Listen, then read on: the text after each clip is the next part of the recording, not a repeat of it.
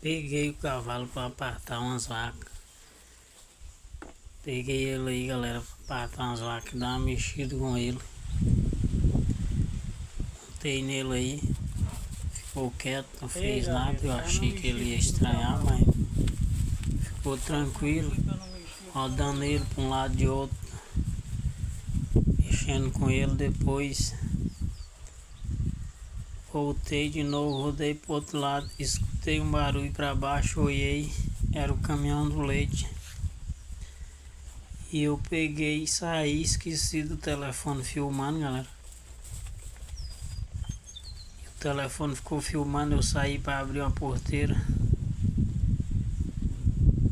Veja o vídeo até o final, pra ver o que aconteceu. Já deixa nos comentários aí o que você já achou do vídeo. Curte, compartilha. No finalzinho do dia, galera, foi muita chuva.